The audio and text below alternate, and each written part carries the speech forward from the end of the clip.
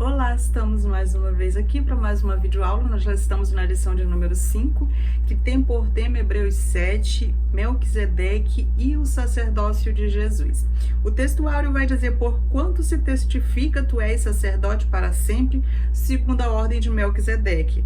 Hebreus capítulo 7, versículo 17, a verdade prática vai dizer: o sacerdócio de Cristo, segundo a ordem de Melquisedeque, é superior ao sacerdócio de Arão, da ordem de Levi. Bem, a essa altura, nós já sabemos a importância de conhecer e de entender o Antigo Testamento, porque o Antigo Testamento, apesar de que nós não vivemos mais pela lei, de que nós já entendemos que a lei ela servia apenas como um aio, como um pedagogo que nos pegava pela mão e nos levava até Cristo. A lei ela apontava para Cristo, o Antigo Testamento sempre apontou para Cristo, mas nós temos que compreender o Antigo Testamento, porque uma vez que você entende, que você compreende o Antigo Testamento, fica muito mais fácil de você entender o Novo Testamento, porque no Novo Testamento, inclusive nesse texto que nós vamos estudar de Hebreus 7, tem muitas citações do Antigo Testamento que o autor aos Hebreus vai fazer. E é justamente lá no Antigo Testamento onde Deus estava ensinando o povo como adorá-lo, e para isso Deus precisava de supervisores, digamos assim, de ministros que supervisionassem as tarefas do tabernáculo, que ajudassem as pessoas a se manter próximas de Deus, a ter comunhão com Deus, a ter esse relacionamento com Deus. E estes homens, eles eram chamados de sacerdotes, eram chamados de levitas e eram tirados da tribo de Levi. Levi, que era filho de Jacó, Jacó que era filho de Isaac, Isaac que era filho de Abraão, foi onde começou a promessa. Então, todos esses levitas, sacerdotes, eram tirados da tribo de Levi. E a essa tribo, Deus deu o trabalho de cuidar do tabernáculo. Mas lá na frente, quando o templo foi construído, deu esse privilégio de cuidar do templo. Ou seja, eles cuidavam do sacrifício e dos serviços divinos. Ou seja, os cultos que eram prestados a Deus eram feitos por esses sacerdotes, por esses levitas. E nós vamos encontrar mais detalhes a respeito dos sacerdotes nos capítulos 28 e 29 de Gênesis. Por isso daí nós já começamos a ver a importância de você compreender, de você conhecer o Antigo Testamento para poder você ensinar o Novo Testamento de forma mais eficaz. Os sacerdotes, eles realizavam os sacrifícios diários, eles mantinham o tabernáculo, eles aconselhavam as pessoas a seguir a Deus, eles eram representantes do povo diante de Deus, eles eram como se fossem mediadores entre o povo e Deus. Bem, para a gente entender bem, funcionava mais ou menos assim. Todo homem da tribo de Levi, quando completava 25 anos, ia para o templo, ia para o serviço de Deus no templo, ou para o serviço de Deus no tabernáculo, né? Antes de ser construído o templo. E lá ele fazia o serviço de um levita, ele limpava a sujeira do animal, ele cortava o animal, queimava o animal, levava o tabernáculo. Quando o povo levantava acampamento, ele tinha que tirar esse acampamento, desarmar o acampamento. Quando chegava no novo lugar, ele armava novamente o acampamento, ele limpava o tabernáculo, e mais tarde, quando veio a ser construído o templo, ele limpava as cinzas do altar no templo. Eles recebiam os animais que seriam ofertados, eles guardavam, eles alimentavam esses animais que não seriam sacrificados nesse mesmo dia, mas que seriam sacrificados em dias seguintes. Eles cuidavam desses animais, ou seja, todo o cuidado que tinha relacionado ao templo, ao tabernáculo, era feito pelos levitas. Eles eram a tribo que tinha sido escolhida, que tinha sido separada para fazer esse serviço específico. Mas por que Deus estabeleceu o sacerdócio? A intenção original de Deus era que seu povo escolhido fosse um reino de sacerdotes. A nação como um todo, bem como cada indivíduo, se relacionaria com Deus. Mas o pecado do povo impediu que isso acontecesse, pois uma pessoa pecadora não é digna de aproximar-se do Deus perfeito. Então Deus separou os sacerdotes da tribo de Levi e estabeleceu o sistema de sacrifícios para ajudar as pessoas a se aproximarem de Deus. Se os sacerdotes oferecessem certos sacrifícios em favor do povo, Deus prometeu que perdoaria o seu pecado. Assim, Deus desejava preparar todas as pessoas para a vinda de Jesus, que ofereceria um relacionamento direto com Deus para qualquer que a ele se achegasse. No entanto, até que isso acontecesse, os sacerdotes, eles eram representantes do povo diante de Deus. E através desse sistema do Antigo Testamento, nós podemos compreender melhor o significado do que Cristo fez por nós. Então, o sumo sacerdote ocupava o posto mais elevado entre os sacerdotes. Ele era o líder dos sacerdotes, era aquele que ficava à frente do culto que era oferecido a Deus. Nós encontramos a ordenação do primeiro sumo sacerdote lá em Êxodo 27, 28 e 29, também encontramos a respeito desse assunto, onde Moisés ele recebe a instrução de Deus de que ele deveria colocar como sumo sacerdote, ali como os primeiros sacerdotes, Arão e os seus filhos. E Arão, ele foi separado para o sacerdócio sendo ungido com óleo numa cerimônia especial. Então, apesar de que na maioria dos textos do Antigo Testamento a gente vai encontrar Arão sendo chamado simplesmente de sacerdote ou sacerdote ungido, a gente nota no decorrer da leitura que ele tinha um cargo especial, que ele era acima dos outros sacerdotes, que ele era sim o sumo sacerdote, o que ordenava, o que colocava ali a ordem, digamos assim, nos afazeres dos outros sacerdotes. Ele era o sumo sacerdote. Então a gente nota que Arão, ele ocupava ali um cargo de chefia diante dos outros sacerdotes. Então, o sumo sacerdote, além de chefiar os outros sacerdotes, ele tinha outras funções que eram exclusivas deles, que eram responsabilidades exclusivas do sumo sacerdote. Dentre elas, a principal seria aquela que somente o sumo sacerdote poderia entrar no Santo dos Santos. E ele entrava no Santo dos Santos uma vez por ano, lembrando que o Santo dos Santos era separado por um véu, onde ficava a Arca da Aliança, as tábuas da lei, e a arca era coberta por uma tampa chamada propiciatório, onde tinha os 12 querubins feitos de ouro batido, um de frente para o outro. E essa cerimônia anual, ela era denominada Dia da Expiação. Neste dia, o sacrifício era feito pelo pecado de toda a nação israelita, e esta era a única ocasião em que o sumo sacerdote podia entrar no lugar santíssimo, o aposento mais reservado do tabernáculo. Ali ele pedia a Deus que perdoasse o povo. O dia da expiação servia como lembrança de que os sacrifícios diários, semanais e mensais poderiam cobrir os pecados apenas temporariamente, e apontavam inclusive para Cristo, a perfeita expiação que removeria os pecados para sempre. Então era assim que no Antigo Testamento as pessoas se chegavam a Deus, através da mediação do sacerdote, para ser mais exata, através da mediação do sumo sacerdote, e este era tirado da tribo de Levi. E o autor da carta aos Hebreus, ele sabia muito bem disso, porque ele era conhecedor da lei, certamente ele tinha conhecimento de tudo isso, e certamente ele praticava tudo isso. Certamente ele ia ao templo oferecer sacrifícios a Deus, e usava o sacerdote como mediador entre ele e Deus. Mas agora ele conhece Jesus Cristo. Agora ele sabe que Jesus Cristo é o nosso perfeito sumo sacerdote, e ele entende que tudo aquilo que teve no Antigo Testamento, toda a lei, todo esse procedimento que era feito apontava para Cristo, para o nosso sacrifício perfeito, para o nosso sumo sacerdote perfeito.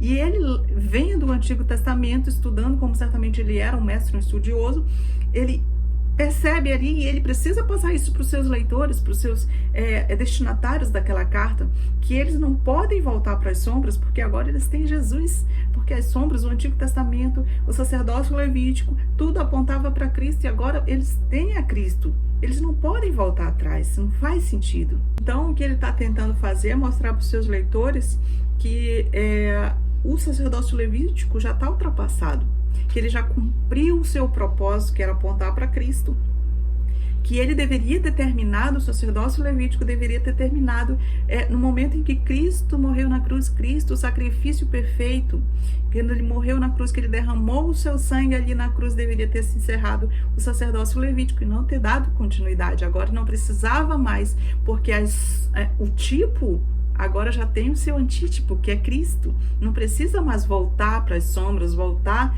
para o tipo, que era esse sistema levítico. E essa carta, ela vem para dar um ânimo para esses irmãos que estão pensando em voltar para o judaísmo, e dizer para eles: olha, continuem firmes, não desanimem, não pensem em voltar para o judaísmo, para o sistema levítico, porque isso é muito inferior ao que nós temos agora, é muito inferior a Cristo. Não faz sentido voltar para as sombras quando você tem a luz, não faz sentido você voltar para o tipo quando você tem um antítipo, que é aquilo que o tipo simboliza. O tópico 1 vai dizer Melquisedeque, o subtópico 1 vai dizer um personagem misterioso.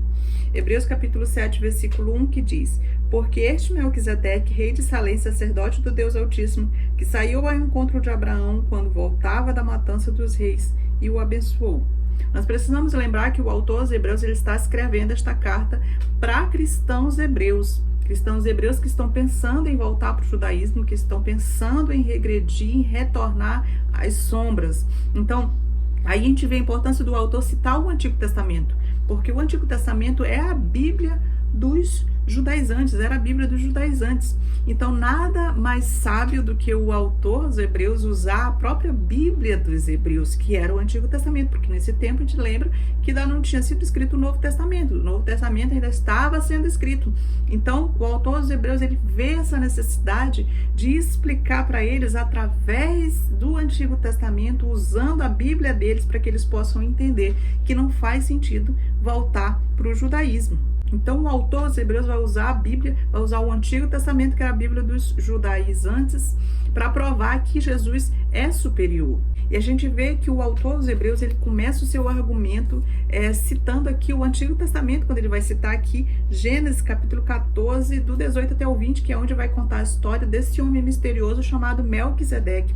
E ele entendeu o significado de Melquisedeque, ele entendeu que Melquisedeque era um tipo que apontava para o antítipo, e ele precisa passar isso para os seus leitores. Então esse não é um assunto novo que ele está tratando com os cristãos hebreus ali, mas anteriormente ele citou o assunto, ele já deu uma pequena introdução, mas agora ele vai entrar no assunto em si e vai começar a explicar, vai começar a interpretar para os seus leitores, para que eles possam entender a superioridade de Cristo através do Antigo Testamento.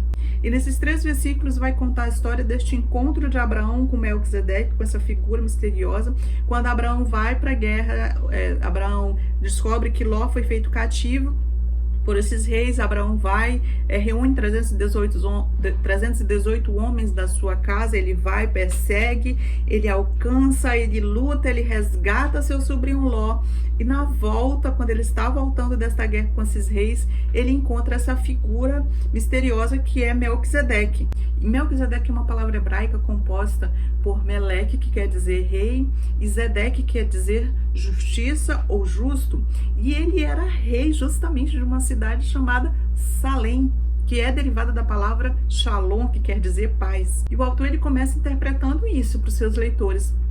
Começa interpretando o nome de Melquisedeque, que quer dizer rei de justiça, e a cidade que ele é rei significa paz. Então já tipifica o reino de justiça e o reino de paz do Messias. Bem, o que nós podemos dizer de Melquisedeque? Melquisedeque, ele era um gentil, porque ele não era da descendência de Abraão, logo ele era um gentil. Só que ele era conhecedor da verdadeira religião, ele era conhecedor do Deus verdadeiro, e ele levava isso para outras pessoas, porque ele era o rei da cidade chamada Salém, que muitos estudiosos dizem que é a abreviação de Jerusalém. Então ele era, é interessante notar que ele possuía 2 funções ali naquela cidade. Ele era sacerdote e ele era rei, ou seja, ele era o líder religioso e ele era o líder político daquela cidade. Ou seja, ele é sacerdote, mas a linhagem dele não é citada pela Bíblia, porque se a gente for continuar estudando, mais à frente a gente vai ver que na lei somente os que eram da descendência de Levi poderiam assumir o sacerdócio. Somente esta tribo que Deus havia escolhido para tirar os sacerdotes dali. Não podia vir de outra tribo. Então a credencial nesse tempo era a sua genealogia, era o que provava que de fato ele era da tribo de Levi. Mas aqui a gente encontra Melquisedeque, esse personagem que aparece de repente, não aparece, não consta na Bíblia a sua genealogia, não é registrado a sua genealogia, não é registrado o nome de pai, nome de mãe, nem como nasceu, nem como morreu, nem como foi sua vida, não. Ele aparece de repente na frente de Abraão e não se diz nada dele antes e não vai se dizer nada dele depois disso, a não ser muito tempo depois, quando Davi o cita lá no Salmo 110:4. Mas nós precisamos compreender que Melquisedeque, ele não foi uma figura alegórica, ele foi uma figura histórica, ele foi uma figura real, ele de fato existiu, ele viveu nos tempos de Abraão, ele de fato foi rei da cidade de Salém, ele foi uma pessoa real. Apenas a Bíblia não registra propositalmente, eu acredito, a sua genealogia, não registra seu pai, não registra sua mãe, não consta na Bíblia a respeito da sua genealogia, para poder ele ser um tipo de Cristo. E como nós já dissemos anteriormente, ele possuía duas posições, que era de rei e sacerdote, coisa que nós não vamos encontrar depois que a lei foi dada, porque um rei não podia ser sacerdote, um sacerdote não podia ser rei. Tanto que nós já usamos o exemplo na lição anterior do rei Uzias, que tentou fazer isso e saiu do templo leproso. Então um rei não podia ser sacerdote e um sacerdote não podia ser rei. Melquisedeque era rei e sacerdote porque ele apontava para Cristo, porque Cristo é rei, Cristo é sacerdote. Logo, Cristo não podia ser da ordem levítica, porque a ordem levítica ela não permitia permitia isso. Por isso que Jesus era sumo sacerdote segundo a ordem de Melquisedeque, que era rei e sacerdote. E nós notamos que o autor ele destaca a autoridade de Melquisedeque, porque a gente nota que quem abençoou foi Melquisedeque. Melquisedeque abençoou Abraão. E quem abençoou, ele vai explicar se você continuar lendo o texto, quem abençoa é maior do que quem é abençoado. Logo a gente vê a superioridade de Melquisedeque em relação a Abraão. E em relação a Levi também, em relação ao sacerdócio de Melquisedeque é superior ao sacerdócio levítico. Porque se Levi era bisneto de Abraão, logo ele mesmo vai explicar que Levi ainda estava nos lombos de Abraão, logo ele foi abençoado por Melquisedeque, logo Melquisedeque é superior a Abraão, logo Melquisedeque é superior a Levi, a ordem levítica. Então o escritor aos Hebreus usa a história registrada em Gênesis 14, do 18 ao 20, como nós falamos, para mostrar que Cristo é maior que Abraão, que é o pai da nação judaica, e Levi, que é descendente de Abraão. Portanto, o sacerdócio judaico formado pelos descendentes de Levi era inferior ao sacerdócio de Melquisedeque, que é um tipo do sacerdócio de Cristo. O subtópico 2 vai dizer, um tipo de Cristo, Hebreus capítulo 7, versículo 3, diz, sem pai, sem mãe, sem genealogia, que não teve princípio de dias nem fim de existência, entretanto feito semelhante ao Filho de Deus, permanece sacerdote perpetuamente. Porque o propósito de Melquisedeque era ser um tipo de Cristo, porque Cristo viria a exercer o sacerdócio segundo a ordem de Melquisedeque. Porque se nós formos olhar para o Antigo Testamento, todos os sacerdotes, eles tinham que sair da tribo de Levi, outra tribo não podia suscitar sacerdotes. Porque aí nós precisamos voltar um pouco mais e lembrar lá quando foi feita a posse das terras, quando foi feita a distribuição dessas terras para as tribos, e a tribo de Levi, ela não teve direito a terras, ela não teve direito a heranças, terras como herança, mas Deus disse que a herança deles era o Senhor. Então todas as outras tribos, todas as outras 11 tribos teriam que trazer dízimo para esses levitas, para que eles pudessem se sustentar, mas o trabalho deles era no tabernáculo, o trabalho dele era no templo, ou seja, a herança deles era espiritual, a herança deles era o Senhor, e eles eram sustentados por esses dízimos que eram trazidos pelas outras tribos. Agora Jesus Cristo, ele assume um sacerdote, mas ele não é da tribo de Levi, ele é da tribo de Judá. A tribo de sacerdotes é a tribo de Levi, mas a tribo de Judá é a tribo de reis. Por isso agora Jesus Cristo é sumo sacerdote segundo a ordem de Melquisedeque, que era rei e sacerdote, e não segundo a ordem levítica. Assim como Melquisedeque, que era rei e sacerdote, e apontava para Cristo, que também é rei e sacerdote. E aqui no versículo que nós lemos diz, sem pai, sem mãe, sem genealogia, que não teve princípio de dias nem fim de existência. Não é que, não vamos interpretar que ele foi um homem que surgiu e sumiu do nada, não. O que o autor dos Hebreus está dizendo é que ele não teve predecessor e não teve sucessor. Ele teve sim um pai e uma mãe, ele foi um rei que existiu, ele foi um rei que viveu nos tempos de Abraão, porém a Bíblia ela não registra isso. Como eu disse anteriormente, eu acredito que propositalmente, porque ele era um tipo de Cristo. Ele era um tipo que apontava para o antítipo, que é Cristo. E o autor dos Hebreus, ele compreendeu quem era Melquisedeque.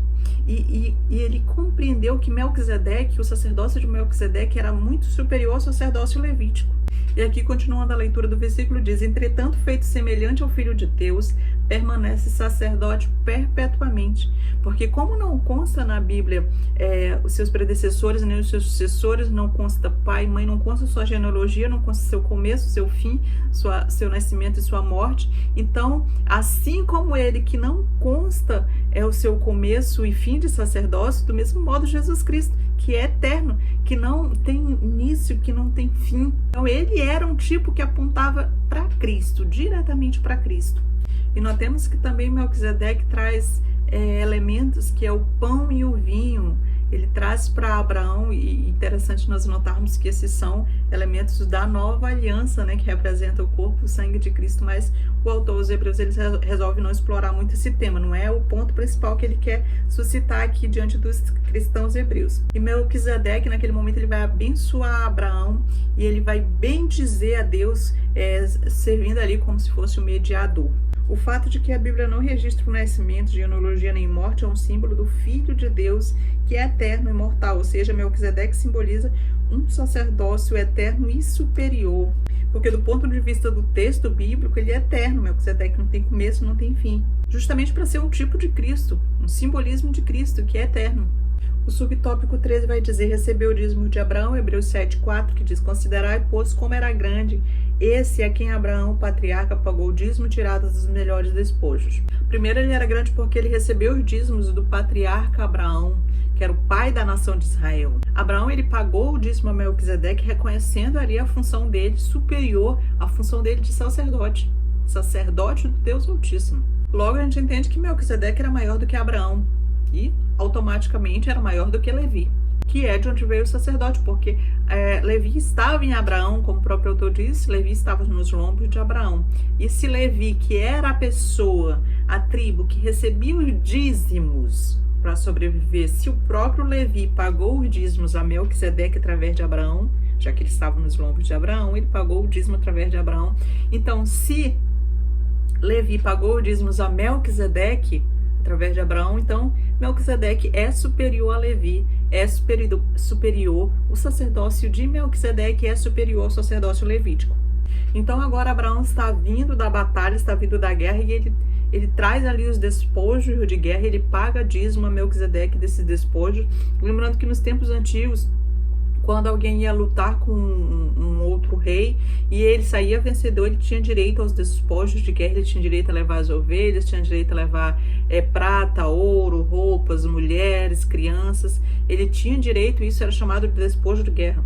E Abraão vai e encontra ali aquela figura misteriosa que é Melquisedeque, um sacerdote do Deus Altíssimo, e ele paga o dízimo a Melquisedeque.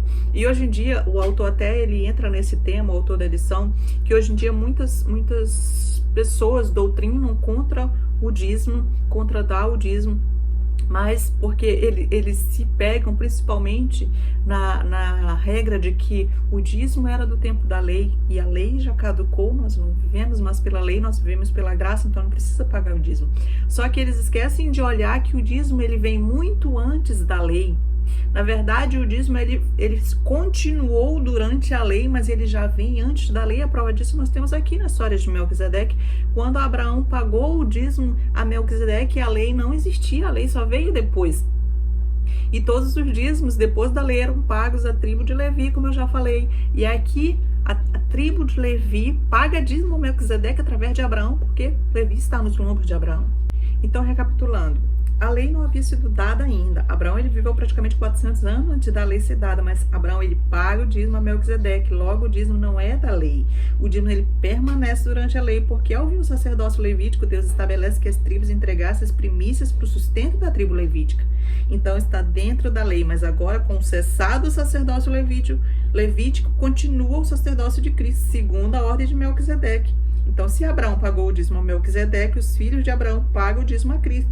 O próprio Levi paga o dízimo a Melquisedeque. E ele era bisneto de Abraão. Seu bisavô pagou o dízimo. Os bisnetos que estavam em Abraão, quando se pagou o dízimo a Melquisedeque, logo o dízimo é permanente. Melquisedeque é maior do que Abraão, porque recebeu dízimos dele. Lá atrás se pagava dízimos a homens mortais, nós entregamos dízimos para aquele que vive para sempre, o sumo sacerdote eterno. Nós não entregamos dízimo para pastor, para a igreja, mas para Cristo. Dízimo é um ato de culto, dízimo é um ato de adoração, é para manutenção da igreja, mas a igreja é de Deus. Então reter o dízimo é roubar a Deus, entregar o dízimo é devolver aquilo que não é nosso, é santo ao Senhor. O autor está construindo o argumento de que Melquisedeque é superior a Abraão e que Melquisedeque é superior a Levi, e que ele mostra a transição do sacerdócio levítico para o sacerdócio da ordem de Melquisedeque. Então nós vemos que o sacerdócio de Levi é inferior ao sacerdócio de Melquisedeque, porque o sacerdócio levítico ele se encerra e agora abre as portas para o sacerdócio de Melquisedeque, que, diga-se de passagem, é superior. O tópico 2 vai dizer ordem de Levi e de Melquisedeque. O subtópico 1 diz Levi versus Judá.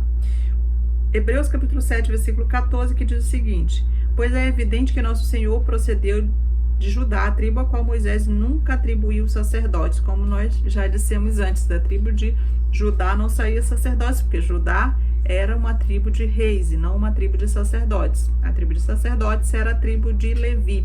E a tribo de Levi nós já falamos bastante, né? Já comentamos bastante a respeito da tribo de Levi. Porém, a tribo de Judá, bem, Judá era o quarto de 12 filhos e através dele Deus traria Davi e Jesus. Encontramos Judá em uma atitude de oferecer a sua vida em troca da vida de Benjamim, que já era um exemplo de que seu descendente Jesus faria por todas as pessoas. Judá, que era pastor de ovelhas, de quem veio o nosso pastor Jesus Cristo. Está dito a respeito dele quando Jacó, seu pai, lhe dá a bênção: o cetro não se arredará de Judá. Judá era uma tribo de reis. E aqui o comentarista da revista faz um comentário bem interessante, que ele diz assim: quanto ao seu reino, Jesus procede da tribo de Judá. Quanto ao seu sacerdócio, Jesus procede da ordem de Melquisedeque, e não da ordem ou da tribo de Levi. O sacerdócio de Cristo é celestial, ilimitado e eterno. O papel sumo sacerdotal de Jesus era superior de qualquer sacerdote levita, porque o Messias era sacerdote de uma ordem mais elevada, conforme a gente confirma lá em Salmo 110:4. Se os sacerdotes judeus e suas leis pudessem salvar as pessoas, por que Deus precisaria enviar Cristo como sacerdote que não veio da tribo de Levi, que era a tribo sacerdotal, mas da tribo de Judá, que era a tribo de reis? Os sacrifícios de animais tinham que ser repetidos, pois eram feitos por homens imperfeitos, com sacrifícios imperfeitos. Por isso eles precisavam se repetir. E eles ofereciam apenas um perdão temporário, mas o sacrifício de Cristo foi oferecido uma vez, e ele ofereceu um perdão total e permanente. Sob a nova aliança, o sacerdócio levítico foi cancelado a favor do papel de Cristo como sumo sacerdote. Por Cristo ser nosso sumo sacerdote, nós precisamos prestar atenção nele. O sacerdócio levítico teve um começo e teve um fim. Ele é transitório, ele é imperfeito, ele era só tipológico, ele apontava para Cristo. O subtópico 2 vai dizer lei versus graças, Hebreus capítulo 7, 18 e 19, que diz: portanto, por um lado se revoga a anterior ordenança por causa de sua fraqueza e inutilidade, pois a lei nunca aperfeiçoou coisa alguma. E por outro lado se introduz esperança superior pela qual nos chegamos a Deus. Aqui, quando o autor aos Hebreus diz: portanto, por um lado se revoga a anterior ordenança. Qual era a anterior ordenança? Era a ordenança do sacerdócio levítico. Então aqui ele está revogando, ele revoga esta lei, porque não tinha como Jesus ser sacerdote pela ordem levítica, porque a ordem levítica não permitia que ele assim fosse, já que ele era da tribo de Judá e não da tribo de Levi. Então, pela lei levítica, não era permitido que ele fosse sacerdote. E o autor continua falando e ele explica o porquê que essa lei vai ser revogada. Ele diz, por causa de sua fraqueza e inutilidade. E o que é essa fraqueza e essa inutilidade? É que o sacerdote que está oferecendo o sacrifício, ele é imperfeito. Tanto que ele tem que oferecer sacrifícios primeiro por ele mesmo e depois pelo solicitante, porque ele é imperfeito. Segundo, que ele oferece sacrifícios imperfeitos. Por isso que precisa ser repetido e ser repetido. Porque não tinha poder para purificar pecados, apenas apontava para o sacrifício perfeito que era Cristo. Então, de que maneira as pessoas eram salvas antes de Jesus? Pelo mesmo que nós somos hoje, pela graça, mediante a fé. Os que viveram até Jesus olhavam para frente, para o Messias que haveria de vir. Nós olhamos para trás, para o Cristo que já veio. Eles creram no Cristo da profecia e nós cremos no Cristo da história. Mas a salvação sempre foi pela graça, mediante a fé. O Antigo Testamento era uma espécie de preparação, era uma espécie de sombra da realidade que vem em Jesus Cristo. No Antigo Testamento, a pessoa não tinha condições dela mesma ir direto a Deus, oferecer seus próprios sacrifícios somente por intermédio do sacerdote, que servia como mediador entre o povo e Deus. Mas agora não tem necessidade de intermediário, agora nós temos superior esperança, porque agora nós podemos chegar até Deus, temos livre acesso. Essa é a ideia de que o texto mostra da superioridade do sacerdócio de Cristo em relação ao sacerdócio levítico. A lei ela não foi criada para salvar as pessoas, mas para indicar o pecado, para apontar em direção a Cristo. A salvação ela vem através de Cristo, cujo sacrifício traz perdão para os nossos pecados. As nossas boas obras, elas não podem nos salvar ou nos justificar. Com Deus existe uma melhor esperança, como o texto diz. O subtópico 3 vai dizer mortalidade versus eternidade. Hebreus 7, 23 e 24 diz: ora, aqueles que são feitos sacerdotes, aqueles que são, no caso aqui ele está se referindo aos da ordem levítica, tá? Aqueles que são feitos sacerdote em maior número, porque são impedidos pela morte de continuar. Este, no caso Jesus Cristo, no entanto, porque continua para sempre, tem o seu sacerdócio imutável. Então, aqueles sacerdotes que eram feitos sacerdotes através da ordem levítica, eles tinham o seu sacerdócio interrompido, porque eles morriam. A lição vai nos dizer que eles entravam para o sacerdócio aos 25 anos e paravam o sacerdócio aos 50 anos. A partir daí eles ficavam só ajudando, ensinando os novos levitas. Mas aí eles tinham um período, tinham um começo, o sacerdócio deles tinha um começo e tinha um fim. Eles eram impedidos de continuar o sacerdócio porque eles morriam. Mas ele está dizendo, mas agora nós temos um que é imutável, temos um que é eterno, temos um que não teve começo, que não teve fim. E esse tem o seu sacerdócio eterno. Então esta nova aliança é melhor, porque enquanto todos os sacerdotes humanos morrem, Cristo ele vive para sempre. Os sacerdotes dos sacrifícios não podiam salvar as pessoas, mas Cristo sim. Nós temos acesso a Cristo e Ele está disponível para nós. O ministério dele é permanente, é imutável, é eterno. O sacerdócio levítico ela foi feito por lei, não por juramento. A lei ela muda, a lei ela pode ser revogada, mas o juramento não. Então o que o autor está dizendo é que o sacerdócio levítico ela foi feito através de uma lei. O sacerdócio levítico começou através da lei. Já o sacerdócio de Cristo ele começou mediante um juramento de Deus. O sacerdócio levítico foi feito mediante a lei. E a lei ela pode ser mudada, a lei ela pode ser revogada. Mas o sacerdócio de Cristo foi feito mediante juramento. E quem fez o juramento? Deus. E diz que ele fez e não se arrependerá. Ou seja, quando ele escolheu Jesus dizendo, tu és sacerdote para sempre, segundo a ordem de Melquisedeque, o sacerdócio divino é estabelecido por um juramento divino. Ele é superior porque está fundamentado numa aliança superior. Na Bíblia nós sabemos que quando alguém fazia um juramento, ele jurava por alguém superior a ele. No caso, como quem fez o juramento foi Deus e não tem ninguém superior a Deus, então ele jurou por si mesmo, por seu próprio nome. Então a lei muda, porém o juramento ele nunca pode ser quebrado. A lei ela pode ser revogada, mas o juramento nunca pode ser quebrado. Então quando Deus faz um juramento, quer dizer que é para sempre, quer dizer que é imutável, quer dizer que não tem fim.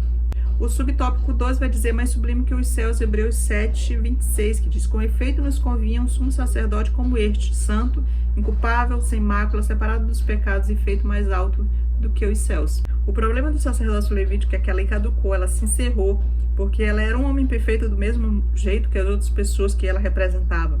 Ele comparecia diante do altar de Deus com um sacrifício imperfeito. Primeiro ele ofereceu o sacrifício por ele, que era tão pecador quanto o ofertante. Depois ele oferecia pelo povo e tinha que repetir sempre.